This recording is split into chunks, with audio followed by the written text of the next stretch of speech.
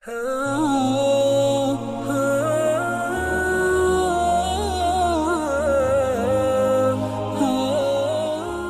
یہ سود کا گناہ اتنا بڑا ہے، ساری زندگی حضور صلی اللہ علیہ وسلم کی سیرت طیبہ، حضور کی سیرت اور عشق کے نعرے، صدقے یا رسول اللہ، کاروبار سود کا کر رہا ہے۔ نبی کے ساتھ جنگ کا اعلان ہے، ایک ربیع الاول آ گئی، صدقے یا رسول اللہ، کاروبار کیا کرتے ہیں؟ جب تحقیق کی تو سودی کاروبار ہے، سود پہ پیسے دیتا ہے، سود پہ پیسے لیتا ہے۔ مدینہ مارکیٹ نام مدینے کا ہے، اندر کیا ہو رہا ہے؟ کاروبار سودی، سود کی شکلیں قائم کی ہوئی ہیں، نام مدینہ ہے، نام مکہ ہے، اللہ رسول کے ساتھ جنگ کا اعلان ہو رہا ہے اور ساتھ کہا جا رہا ہے صدقے یا رسول اللہ۔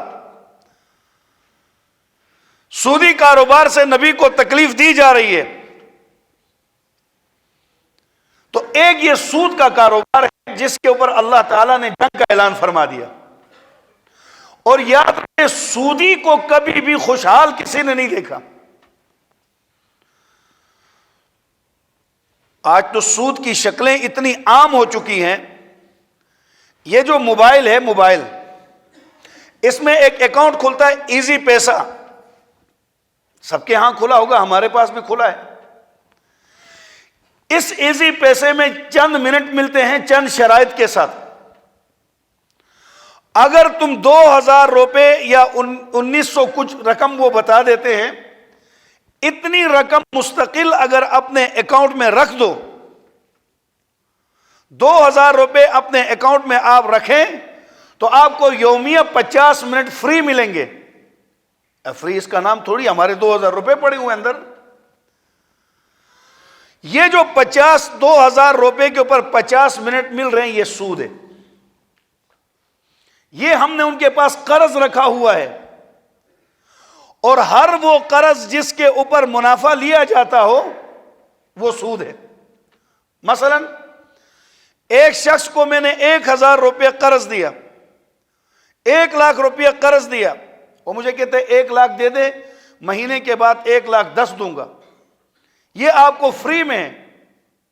یہی فری میں ملنا ہی سود ہے۔ ویسے آپ مجھے 10,000 کیوں نہیں دیتے؟ یہ 1,00,000 روپے رکھوا کر جو آپ مجھے 10,000 دیتے ہیں، اور یہ کاروبار اس وقت اچھے خاصے دیندار لوگ کرتے ہیں، لوگوں کو سود پر پیسے دینا۔ ایک آدمی نے 10,000 روپے دے کر بکرا خرید لیا، بالکل جائز، پیسے بھی حلال کے ہیں، اور دوسرے آدمی نے بھی حلال کے 10,000 روپے دے کر بکرا خرید لیا۔ سود میں جو اصل رقم جاتی ہے، ہم نے کب کہا یہ حرام ہے؟ یہ اندر جانے کے بعد اب نتیجہ حرام کا نکلتا ہے، شروع میں تو حلال کیا ہے۔ کاروبار میں ایک آدمی نے 50 لاکھ روپے لگا کر دکان سجائی، 20,000 30,000 روپے دے کر بکرا خرید لیا۔ بکرے کا مقصد کیا ہے؟ گوشت لینا، نتیجہ اس نے بھی گوشت کھانا ہے۔ دوسرے نے بھی حلال پیسے دے کر بکرا خرید لیا، ذبح کرتے وقت ایک نے کہا بسم اللہ اللہ اکبر، اور دوسرے نے کہا اپنے بت کے نام پہ ذبح کر رہا ہوں۔ گوشت اسے بھی ملا، گوشت اسے بھی ملا، پر وہ حرام ہے، یہ حلال ہے، نتیجہ دونوں کا جدا جدا ہے۔ حلال مال نتیجے کے اعتبار سے خراب ہو گیا، سود میں مال جاتا ہے، نتیجہ اس کا بگڑ جاتا ہے۔ وہاں اشیاء کے بدلے پیسہ نہیں آتا، وہاں پیسے کے بدلے میں پیسہ آتا ہے، وہاں قرضے کے بدلے میں پیسہ آتا ہے۔ دکاندار سے میں نے چاول لیے، بدلے میں پیسہ اوپر کیا ہے، اجناس جدا جدا ہیں۔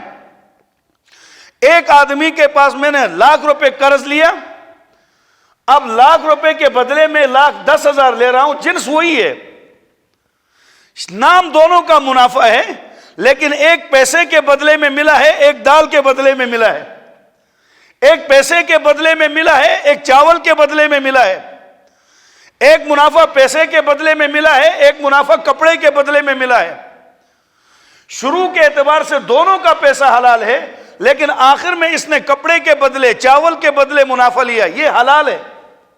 اور اس نے پیسے کے بدلے پیسہ لیا، یہ حرام ہے۔ اور اللہ فرماتے ہیں فَأْذَنُوا بِحَرْبٍ مِّنَ اللَّهِ وَرَسُولِهِ، تیار ہو جاؤ اللہ اور اس کے رسول کے ساتھ جنگ کے لیے۔ اب سود کا اتنا بڑا پیمانے پر آدمی کام کرے، سودی کاروبار کرے، سود پر پیسے لیتا اور دیتا ہے، اور پھر دعائیں مانگتا ہے اور قرآن پر بھی ایمان رکھتا ہے، قرآن کی صبح تلاوت کرتا ہے، کاروبار سود کا کرتا ہے، صبح 1 سپارہ قرآن تلاوت کر کے جب بند کرتا ہے، اللہ کا قرآن کہتا ہے لعنت اللہ علی الکاذبین، اے جھوٹے تجھ پر لعنت ہو۔ تلاوت کرتا ہے، سودی پر اللہ کی لعنت ہے، اور تلاوت اس کی کر کے اب تو جائے گا سودی کاروبار پہ۔ لیبل اس پر بھلے جتنا بھی خوبصورت لگا دیں، شراب کی بوتل میں باہر سرکے کا لیبل لگا دو اور اندر شراب بھری ہوئی ہو، تو سرکے کا لیبل لگانے سے شراب سرکہ؟ دیکھیں چپل کباب ایک نام ہے نا، اندر کتنے چپل ہوتے ہیں؟ چائنا چپل ہوتے ہیں، پاکستانی چپل، پلاسٹک کے چپل ہوتے ہیں، چمڑے کے چپل، باٹے والوں کے ہوتے ہیں کہ سروس والوں کے، لیکن چپل ایک بھی نہیں ہے، پر کباب کا نام چپل ہے۔ روح افزا، روح افزا، کون سی روح اندر ہوتی ہے؟ انسان کی روح ہوتی ہے، جانور کی؟ کوئی روح اندر نہیں ہے، لیکن نام رکھا ہوا ہے روح افزا۔ جس طرح ان چیزوں کے نام رکھنے سے، لیبل اوپر رکھنے سے اندر وہ چیز ہوتی نہیں ہے۔ کھلبٹ کا نام ہم رکھتے مدینہ ریاست مدینہ، ریاست مدینہ چوک، ریاست مدینہ محلہ، مسجد خاتم النبیین، محلہ ختم نبوت، یہ عنوان رکھنے سے اندر کام تو وہ نہیں ہوتا۔ سود کے جتنے بھی خوبصورت لیبل لگا دیں اوپر، جتنے بھی خوبصورت عنوان قائم کریں، اور مسلمانوں نے بدقسمتی سے جا کر کے، وہ ایک جملہ کہوں خفا نہ ہونا، میں اپنے سمیت سب سے پہلے، یہ قرآن میرے ہاتھ میں، سب سے پہلے میں اپنا کہتا ہوں، میں اپنے سمیت ہر مسلمان کے، ہمارے پاس صرف ایمان اور اسلام کا نام رہ گیا ہے، کام ایمان اور اسلام والے نہیں ہو رہے ہیں۔ اور پیارے رسول نے ارشاد فرمایا، میں نے کہا منبر رسول پر ہوں، اللہ کی قسم آپ میں سے کسی پر تنقید نہیں، میرے اوپر پہلے ہے، باقی ہر ایک خود سوچے۔ ہمارے معاشرے میں اسلام کا صرف نام رہ گیا ہے۔ لا یبقى اسلام، لا یبقى، حضور صلی اللہ علیہ وسلم نے فرمایا تھا ایک وقت آئے گا اسلام کچھ نہیں ہوگا الا اسمہ، مگر اسلام کا نام ملے گا بس۔ آپ راستے میں جائیں، میں مین چوک پہ جا رہا تھا جب وہ مدرسے میں ہوتا تھا، پیچھے وہ صبح اخبار والا آواز دیتا تھا گلی میں، اسلام اسلام، تو میں نے پیچھے دیکھا تو وہ اسلام اخبار لے کر آیا تھا، تو میں نے کہا بس ہم اسلام اخبار ہی دیکھ سکتے ہیں، اسلام نہیں دیکھ سکتے، کیونکہ اسلام کا نام صرف استعمال ہو رہا ہے۔ اسی لیے مالک بن دینار رحمہ اللہ سے کسی نے سوال کیا، مل اسلام و من المسلم، اسلام کیا ہے اور مسلمان کون ہے؟ اگر کوئی کہے یہ مولوی صاحب مسلمان ہیں تو نام کا مسلمان ضرور ہے، جو مجھے دیکھے گا کہیں نہ کہیں کھائی میں گر جائے گا، کیونکہ مولوی صاحب نے کہیں نہ کہیں پھسلنا ہے، حاجی صاحب نے کہیں نہ کہیں پھسلنا ہے۔ اجتماعیت میں مسلمان ہے تو انفرادی زندگی میں یہ مسلمان نظر نہیں آئے گا۔ دین کی بات کرتا ہوا مسلمان ہے تو بہن بھائیوں کا حق دیتے وقت یہ مسلمان نظر نہیں آئے گا۔ نام کیا ہوگا؟ سیرت النبی، صدقے یا رسول اللہ۔ بہنیں رو رہی ہیں، ان کا حق نہیں دے رہا ہے، بہنیں پریشان ہیں، ان کے گھر میں کھانا نہیں چلتا، بیوہ ہو گئی، یہ مزے کر رہا ہے۔ بھائی تو وہ ہے، کہتے ہیں بھائی وہ ہوتا ہے جب بہن اس کے گھر میں جائے تو اپنے بھائی کے چہرے پہ اسے باپ نظر آ جائے۔ جس طرح باپ سنبھالتا ہے اس طرح بھائی سنبھالے، یہ دین ہے۔ مالک بن دینار سے پوچھا مل اسلام و من المسلم، حضرت اسلام کیا چیز ہے، مسلمان کون ہے؟ سبحان اللہ۔ ایک یہودی نے پوچھا ایک صحابی سے، اے نبی کے صحابہ تم کہتے ہو ہمارے پاس اللہ نے کتاب نازل کی ہے، کہاں ہے تمہارا قرآن؟ اب یہودی کو پتا تھا یہ قرآن ہے، کہ سوال کرنے کا مقصد صحابی سمجھ گیا. کہاں ہے تمہارا قرآن؟ سبحان اللہ. نبی کے صحابی نے حضرت معاذ بن جبل سامنے جا رہے تھے رضی اللہ تعالیٰ عنہ، کہا او یہودی، ہمارا قرآن وہ جا رہا ہے، ہمارا چلتا پھرتا قرآن وہ جا رہا ہے. اخلاقیات اگر قرآن بیان کرتا ہے تو معاذ میں اخلاقیات موجود. اسی لیے حضور اکرم صلی اللہ علیہ وسلم نے حضرت معاذ کو جب یمن بھیجا، فرمایا معاذ لوگ مسئلہ پوچھیں گے تو کیا کرو گے؟ کہا اقضی بکتاب اللہ، یا رسول اللہ، اللہ کی کتاب سے فیصلہ کروں گا. قرآن کے دل دادے ہیں. جو سب سے بڑا گناہ میں نے آپ سے عرض کیا تھا، 2 گناہ ایسے ہیں جو عنوان میں عرض کیا جس پر اللہ جنگ کا اعلان کرتا ہے. نمبر 1 سود کا گناہ. نماز پڑھ رہے سود کھا رہے، ذکر کر رہے سود کھا رہے، تلاوت کر رہے سود کھا رہے، ساتھ ذکر بھی کر رہے، ساتھ اللہ سے جنگ بھی کر رہے، ساتھ نماز بھی پڑھ رہا ہے اور اللہ سے جنگ بھی کر رہا ہے. اور اللہ سے جنگ کر کے کوئی عمل یہ اس انتظار میں بیٹھا ہے کب اللہ نے اپنے نبیوں سے کیا فرمایا؟ یا ایھا الرسل، اے سارے رسولوں نبیوں کی جماعت سن لو، کلوا من الطیبات، پاکیزہ کھانا، واعملوا صالحا، پھر نیک عمل کرنا. حرام کھانے کے ساتھ نیک عمل کا کوئی اثر نہیں ہوتا ہے.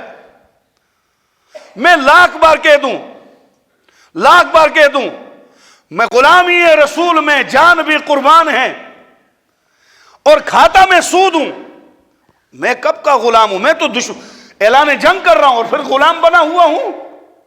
غلام تو وہ تھے صحابہ شراب پیتے، کوئی شک نہیں، شراب کی حرمت نازل ہونے سے پہلے شراب پیے، لیکن جب اللہ نے آیت نازل فرمائی یا ایھا الذین آمنوا انما الخمر والمیسر والانصاب والازلام رجس من عمل الشیطان، یہ شراب شیطانی عمل ہے، ناپاک ہے.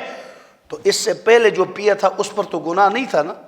ہاتھ ڈال کے صحابہ نے الٹیاں کر کے باہر نکال دیا، کہتے ہمارے رب نے حرام کر دیا، اس کا پیٹ میں کیا کام ہے؟ وہاں سوال ہوتا ہے تمہارا قرآن کدھر ہے؟ دکھایا جا رہا ہے وہ ہے. لیکن آج میں نے شروع میں عرض کیا، خفا نہ ہونا، میں سب سے پہلے اس جرم کا ارتکاب میرے اندر موجود ہے یہ جرم، کہ آج میں دل سے مسلمان نہیں ہوں، زبان سے کہہ رہا ہوں میں مسلمان ہوں، لیکن جہاں ہاتھ صاف کرنے کا موقع مجھے مل جائے میں موقع کو ہاتھ سے خالی جانے نہیں دیتا ہوں. میں موقع کو ہاتھ سے خالی جانے نہیں دوں گا. کوئی نہیں کہہ سکتا ہمارا قرآن یہ مولوی صاحب جا رہا ہے، ہمارا قرآن یہ حاجی صاحب جا رہا ہے. لیکن صحابہ ایسے تھے قرآن پر کہ سیرت کی زندگی ان میں ایسی بری ہوئی تھی، معاملات ہو، معاشرت ہو، لین دین ہو. ہمارے میں کوئی ایسا آدمی ہے دکانیں جڑی ہوئی ہوں، کاروبار ایک ساتھ ہو، سونے کا کاروبار ہو، کھانے پینے کا ہو، کوئی کہے جی مجھ سے نہ لے لو اس سے. علامہ بلازری نے بات لکھی، ایک صحابی کے پاس گاہک آیا، مثال دیتا ہوں سمجھانے کی، چاول ہے بھائی؟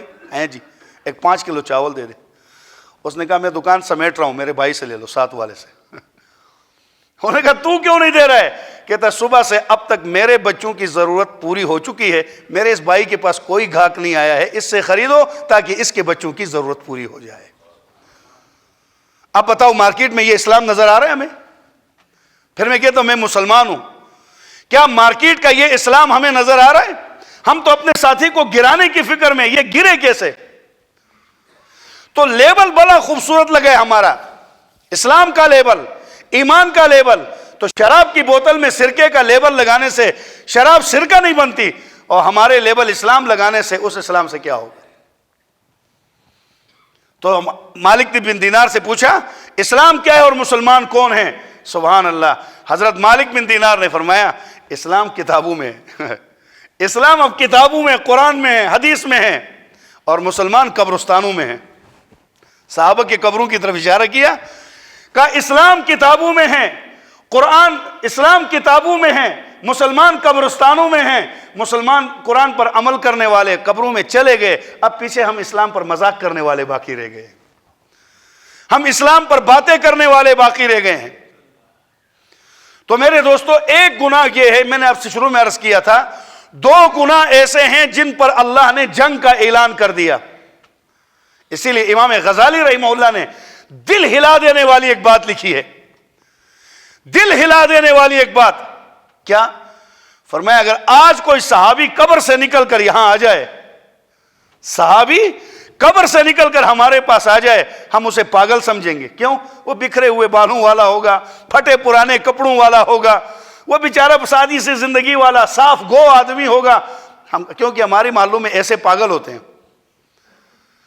لیکن عجیب بات کیا فرمائی، لیکن دل ہلانے والا کہتا ہم نے تو اسے پاگل سمجھا، پر صحابی ہمیں کیا سمجھے گا معلوم ہے؟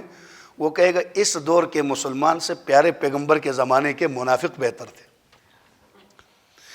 جب وہ دیکھے گا ہماری مارکیٹ میں اللہ اکبر اللہ اکبر، مسلمان ہوٹل سے اٹھنے کے لیے تیار نہیں ہے، مسلمان دکان سے اٹھنے کے لیے تیار نہیں ہے، مسلمان اپنی مارکیٹ چھوڑنے کے لیے تیار نہیں ہے، تو صحابی کہے گا نبی کے زمانے میں تو منافق بیمار بھی ہوتا، دو آدمیوں کے سہارے گھسٹ کر مسجد میں آتا تھا، تو یہ مسلمان ہو کر نماز کے لیے نہیں جاتا. تو کہا ہم تو پاگل سمجھ گیں گے، پر صحابی ہمیں منافقوں سے بھی گیا گزرا سمجھے گا. اس لیے ایک وہ گناہ، جب یہ گناہ آتا ہے نا، پھر عملوں کی توفیق ختم ہو جاتی ہے، ناپاکی اندر جاتی ہے. فرمایا کہ سود کے گناہ کے لیے فَإِن لَمْ تَفْعَلُوا فَأْذَنُوا بِحَرْبٍ مِّنَ اللَّهِ وَرَسُولِهِ، یہ میرے نبی کی سیرت ہے. اور سیرت پر اسی لیے نہیں آتے ہیں کہ پیدائش کا ایک جلسہ کر کے فارغ ہو جاؤ، کیونکہ اس میں سود کا حکم ہے ہی نہیں. سیرت میں یہ زندگی ملے گی، یہ سارے احکام ملیں گے.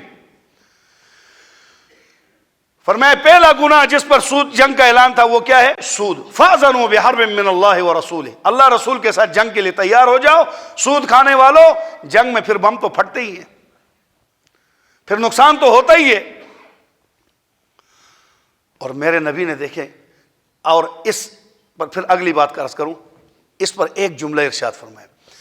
اس معاشرے میں کوئی آدمی ہمارے سامنے لا کر کھڑا کر دیا جائے کہ جی یہ وہ بدبخت آدمی، زنا حلال ہے حرام ہے؟ بولے کیا ہے؟ حرام ہے. بولے کیا ہے؟ لیکن اگر کوئی زنا عام عورت سے کرے تو حرام ہے، جو اپنی ماں سے کرے تو؟ اگر معاشرے میں کوئی آدمی لا کر کھڑا کر دیا جائے کہ لوگوں یہ وہ آدمی ہے جس نے اپنی ماں سے زنا کیا ہے، ہم میں سے گناہگار آدمی بھی اس آدمی سے کبھی بھی پیار محبت نہیں کریں گے، ہم اس کو نفرت کی نظر سے دیکھیں گے. بدبخت، تو نے ماں سے ایسا کیا. اب ایک بار ماں سے زنا کرنے والے کو اتنی نفرت.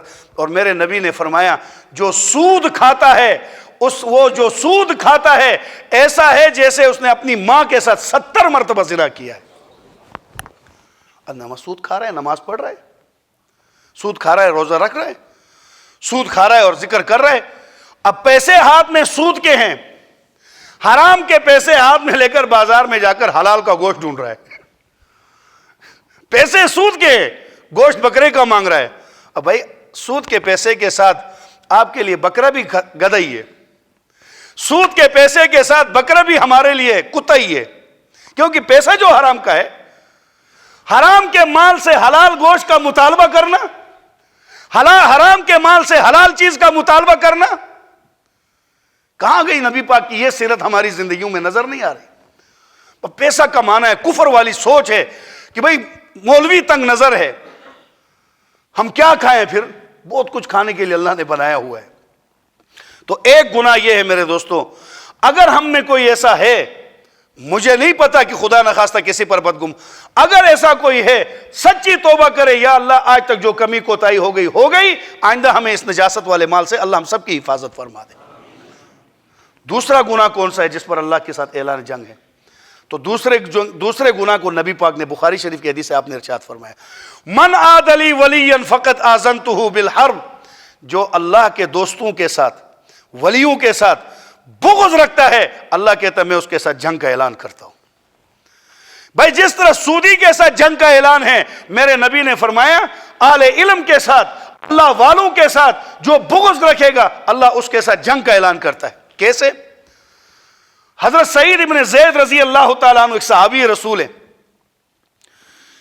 ایک بگڑی ہوئی عورت اس کے خلاف مقدمہ لے کر آئی، آ کر کہنے لگی یہ سعید غاصب ہے.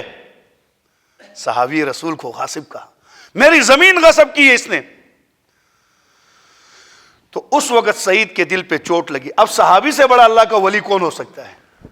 اس نے آسمان کی طرف دیکھ کے کہا, اے اللہ, اگر یہ عورت میرے بارے میں سچ کہتی ہے, تجھے معلوم ہے میں نے ایسا نہیں کیا ہے اور نہ میرے پاس کوئی گواہ ہے, اسی لیے میرے نبی نے فرمایا اتق دعوۃ المظلوم, مظلوم کی بد دعا سے بچو, اس کی بد دعا اور اللہ کے درمیان کوئی پردہ نہیں ہوتا ہے, سیدھے عرش کو چیرتے ہوئے پہنچ جاتی ہے. کہا اے اللہ, اگر یہ کام میں نے نہیں کیا ہے, میرے پر جھوٹ بول کر سب کے سامنے مجھے ذلیل کرنا چاہتی ہے, اے اللہ اس کی آنکھیں اس سے چھین کر اسی زمین کو اس کے قبر بنا دینا. حضرت عمر رضی اللہ تعالیٰ عنہ کے بیٹے عبداللہ کے بیٹے محمد, حضرت عمر کے پوتے, کہتے میں نے اپنے دور میں اس عورت کی آنکھیں جاتی ہوئی دیکھ لیا, اور وہ دیواروں کو ٹٹول ٹٹول کے چلتی تھی اور کہتی تھی سعید کی بد دعا مجھے لے ڈوبی ہے, میں نے سعید پر جھوٹا الزام لگایا تھا, اس کی بد دعا مجھے لے ڈوبی ہے. دیوار ٹٹولتے ٹٹولتے ایک دن اس زمین میں گئی جس کا دعویٰ کیا تھا, وہاں ایک کنواں تھا, اس میں گر گئی, وہیں پہ مر کے وہی اس کی قبر بن گئی. کسی اللہ والے کا دل کبھی نہ دکھانا. سیدنا امام اعظم ابو حنیفہ رحمۃ اللہ تعالی علیہ,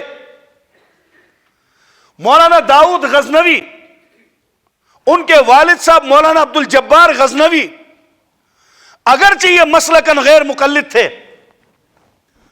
لیکن متشدد نہیں تھے, امام صاحب کی بہت عزت کرتے تھے. کہتے ہیں کہ امام عبد الجبار غزنوی صاحب سبق پڑھا رہے تھے بخاری شریف کا.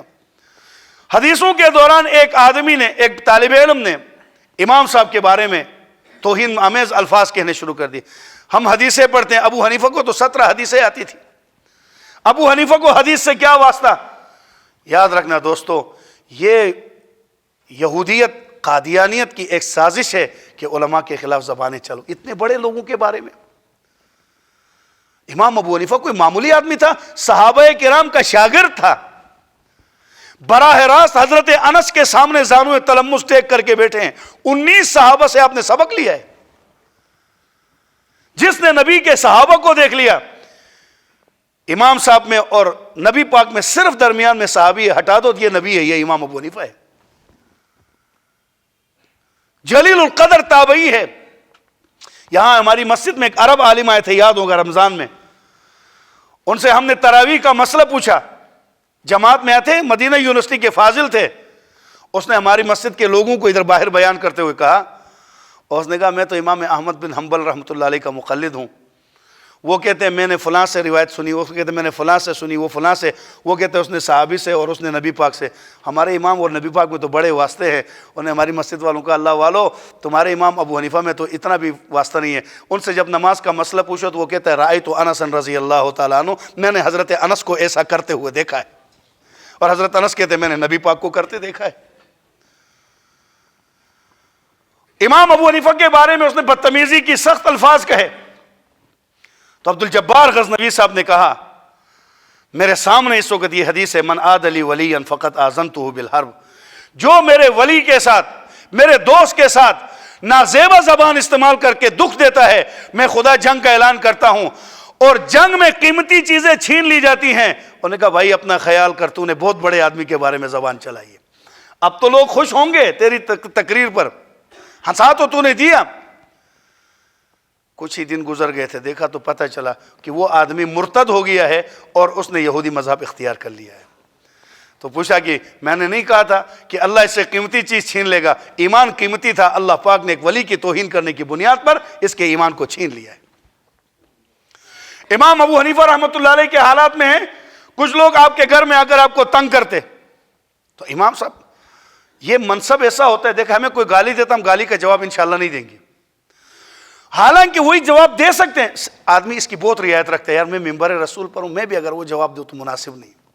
تو اگلا کہتے شاید یہ ڈر گیا. امام ابو حنیفہ صاحب کے پیچھے لگ گئے, باتیں کی, حضرت کوئی جواب نہ دے. ایک دن ایک نے بدتمیزی کی انتہا کر دی. امام ابو حنیفہ کے گھر میں جا کر کہا, اوے ابو حنیفہ اپنی ماں کو لے آؤ, میں اس سے شادی کرتا ہوں. صبر کی انتہا دیکھیں, او ابو حنیفہ تیری ماں سے میں شادی کرتا ہوں. قربان جاؤں ابو حنیفہ کے صبر پر. فرمایا ٹھہر جاؤ, میری ماں عاقلہ بھی ہے, بالغہ بھی ہے, شریعت نے اس کو خود اختیار دیا ہے, میری ماں دوسری شادی کرنا چاہتی ہے تو میں پوچھ لیتا ہوں, اگر وہ راضی ہو جائے تو مجھے کیا, نکاح کرا دیتا ہوں. اندر اپنی ماں کے پاس گئے, اتنے میں کڑک کی آواز, گردن کی ہڈی جیسے ٹوٹتی آواز آ گئی. پیچھے مڑ کے دیکھا آدمی وہیں پہ گر گیا, مر گیا تھا. امام صاحب نے فرمایا ابو حنیفہ کے صبر نے انتقام لے لیا ہے. اللہ والوں کے صبر کو بزدلی سے تعبیر نہ کرنا. زندگی میں ایسے حالات پیدا ہوں گے, پھر پریشانیوں سے نکلنا مشکل ہوگا, کیونکہ رب نے جنگ کا اعلان کر دیا ہے اللہ والوں کو ستانے والوں کے ساتھ. اور ایک واقعہ اور سن لیں. کہتے ہیں ایک اللہ والا تھا, مجبور ہو کر کسی کے گھر گیا. حضرت شاہ عبد العزیز رحمہ اللہ نے اس کو نقل کیا غالباً. ان کے پاس چلے گیا, نہیں ان دوسرا واقعہ نقل, یہ دوسرا ہے. ایک خاتون آئی, اپنے خاون کے ساتھ بیٹھ کر مرغا بنا ہوا ہے کھا رہے ہیں. ایک اللہ والا مجبور بہت ہو گیا, دروازے پہ دستک دی تو شکلیں ولیوں کی بنائی ہیں, کھانے کی روٹی تو ہے نہیں گھر میں, اور شکل ولیوں کی بنائی ہے, چلے جاؤ. یہ جو توہین کی نا ولیوں کی کہ وہ آدمی تو چلا گیا.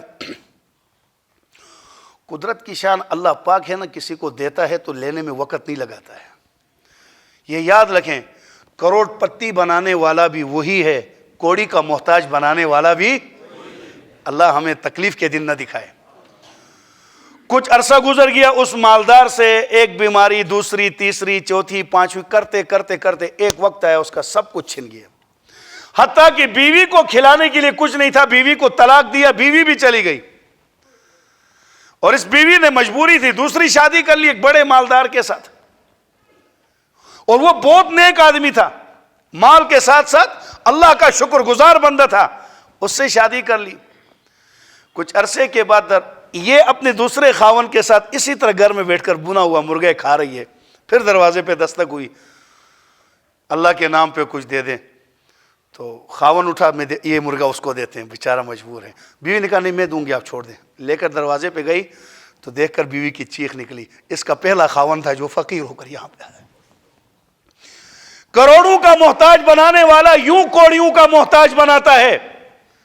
کبھی اپنے مال کے گھمنڈ میں آ کر کسی کو حقارت کی نگاہ سے نہ دیکھنا, ورنہ وہ روڈ پہ خاک چھنواتے ہوئے پھروانا بہت اچھی طرح جانتا ہے. اور ایسے کئی واقعات ہیں, وقت کم ہے ورنہ میں سنا دیتا. اسماء الرجال میں ایسے کئی واقعات ہیں. انہوں نے وہ مرغی اس کو دے دی اور روتے ہوئے اندر آئی, چونکہ اب تو طلاق دی تھی اس کا خاون. تو اندر آیا تو خاون نے پوچھا کیا ہوا؟ کہا بدقسمتی سے یہ میرا پہلا خاون تھا, آج اس لیے رونا آیا, ایک زمانے میں یہ اتنا مالدار ہوا کرتا تھا. ایک اللہ کا ولی دروازے پہ آیا تھا, دستک دیا, اس وقت بھی ہم اسی طرح مرغ کھا رہے تھے. اس نے مانگا تو اس نہ دیتا, الگ بات تھی. اس اللہ والے کو بہت دلسوز جملے کہہ کر اس نے رخصت کر دیا تھا. آج خود فقیر بن کے دروازے پہ آیا. تو اس آدمی نے دوسرے خاون نے کہا اللہ کی قسم وہ پہلی دفعہ تیرے در پہ جو مانگنے تھا وہ میں تھا. اس وقت میں فقیر تھا, آج میں بادشاہ ہوں. آج وہ فقیر بن گیا جب وہ بادشاہ تھا. جس وقت اس کے پاس سلطنت تھی میں فقیر بن کے آیا تھا, مجھے اس نے ذلیل کر کے نکال دیا. آج جو میرے در پہ آیا ہے نا, تو آج تو اسی پہلے مانگنے والے کی بیوی بن گئی. پہلے بھی تو تیری زندگی تو مزے کی, تو پہلے بھی مالدار کی بیوی تھی, اب بھی مالدار کی بیوی. تو میرے دوستو, کسی اللہ والے کے ساتھ حضرت تھانوی نے ایک واقعہ لکھا ہے. ایک اللہ والے راستے میں جا رہے تھے, ایک نوجوان اپنی محبوبہ کو لے کر آ رہا ہے, ٹکر لگی غلطی سے. یاد رکھنا, انسان غلطی ہو جائے نظر انداز کر لیا کرے. اللہ مجھے پہلے اس کی توفیق عطا فرمائے. نظر انداز کر لے, انسان غلطی ہو جاتی ہے. ٹکر لگی, نوجوان نے بڑے اکڑ کے پیچھے مڑ کے آیا اور کھینچ کے اللہ والے کو تھپڑ. بیوی کے اور محبوبہ کے سامنے اپنا مقام دکھا رہا ہے.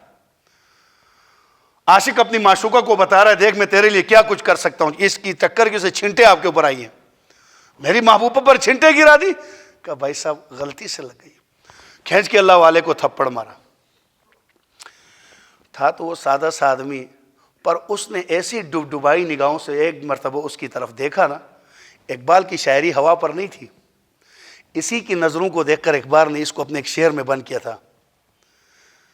نگاہ مرد مومن سے بدل جاتی ہیں تقدیریں. یہ وہی مرد مومن تھے, اس اللہ والے نے اس کی طرف دیکھا، کہا بیٹا میں اپنا کیس کسی کے حوالے کر چکا ہوں، چلا گیا۔ تھوڑا سا آگے گیا تو یہ نوجوان آگے جا کے پیر پھسل گیا، گرا، کسی چیز سے ٹکر لگی، وہیں پہ مر گیا۔ سارے بازار والوں نے اللہ والے کو پکڑا، آپ نے اس کو مارا ہے؟ کہا اللہ والوں دیکھتے نہیں، تھپڑ تو اس نے مجھے مارا ہے، میں نے تو کچھ کہا ہی نہیں۔ کہا واقعی تھپڑ اس نے مارا، پھر مرا وہ کیوں؟ کہا اس کی ایک معشوقہ تھی،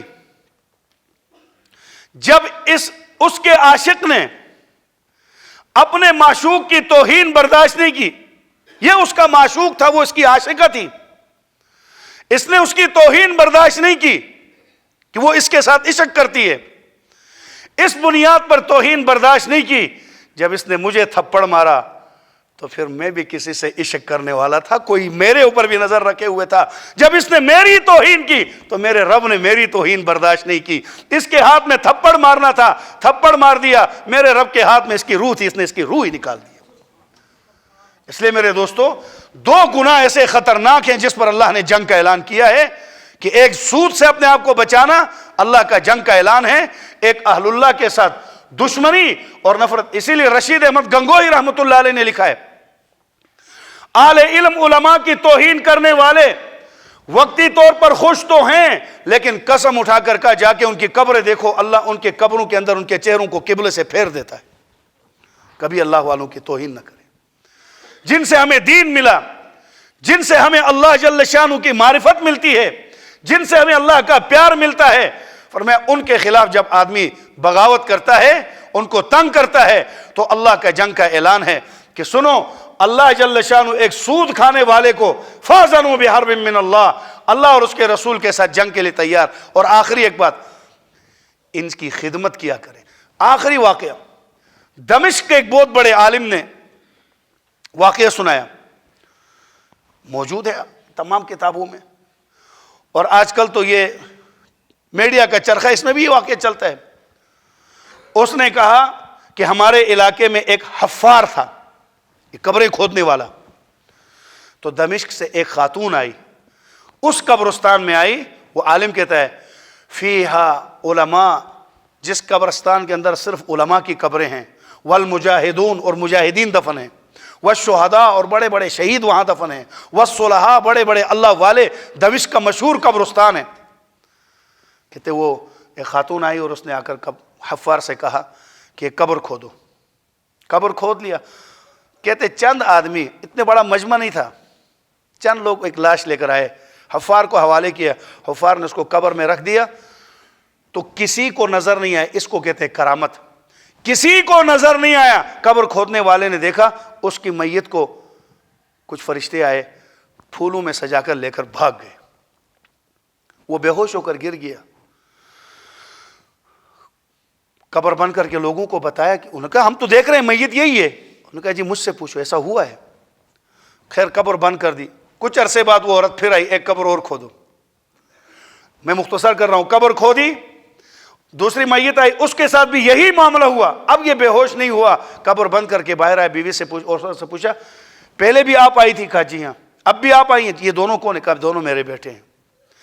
کہا کیوں پوچھتے ہو؟ کہا میں نے پہلے کو جنت کے باغوں میں دیکھا ہے، ابھی دوسرے کو بھی میں جنت کے باغ میں دیکھ رہا ہوں، یہ دونوں جنت کے باغوں میں جا رہے ہیں، یہ کیا عمل کرتے تھے کہ اللہ نے ان کے ساتھ یہ معاملہ کیا، اور یہ کون ہے؟ عورت نے کہا پہلا میرا بیٹا حافظ قرآن ہے، اور دوسرا بیٹا میرا ترکان ہے، بڑی کا کام کرتا ہے، نجار۔ پہلا بیٹا حافظ قرآن ہے، دوسرا بیٹا ترکان ہے۔ اس ترکان بھائی نے اس عالم حافظ بھائی کو کہا بیٹا بھائی تو صرف دین کا کام کرنا، تیرا سارا خرچہ میں برداشت کر لوں گا، میں ترخانی کر کے تجھے پڑھاؤں گا، تو دین پھیلاتے جانا۔ پہلے کو اللہ نے جنت دی دین پھیلانے کی وجہ سے، دوسرا دین پڑھا ہوا نہیں تھا، پر اس دیندار بھائی، اس اہل علم کی خدمت کی، اللہ تعالیٰ نے جو مقام حافظ قرآن عالم دین کو دیا، وہیں پہ اس کے دوسرے بھائی ترکان کو بھی پہنچا دیا۔ اس لیے میرے دوستو، کبھی اہل علم اہل اللہ کے ساتھ دشمنی نہ کرنا جس سے ہماری آخرت تباہ ہو، اور کبھی سود کے گندے مال کی طرف نہ جانا جس سے ہماری آخرت تباہ ہو۔ اللہ مجھے آپ کو رسول اکرم صلی اللہ علیہ وسلم کی مبارک سیرت اپنانے کی توفیق عطا فرمائے۔ وآخر دعوانا ان الحمد للہ رب العالمین۔ اگر ہماری ویڈیو پسند آئی ہے تو اسے لائک کریں، کمنٹ کریں اور دوستوں کے ساتھ شیئر کریں، اور اگر ہمارا چینل ابھی تک سبسکرائب نہیں کیا تو اسے سبسکرائب کر دیں اور بیل آئیکن کو پریس کر دیں تاکہ ہر آنے والی ویڈیو آپ کو مل سکے۔ جزاک اللہ۔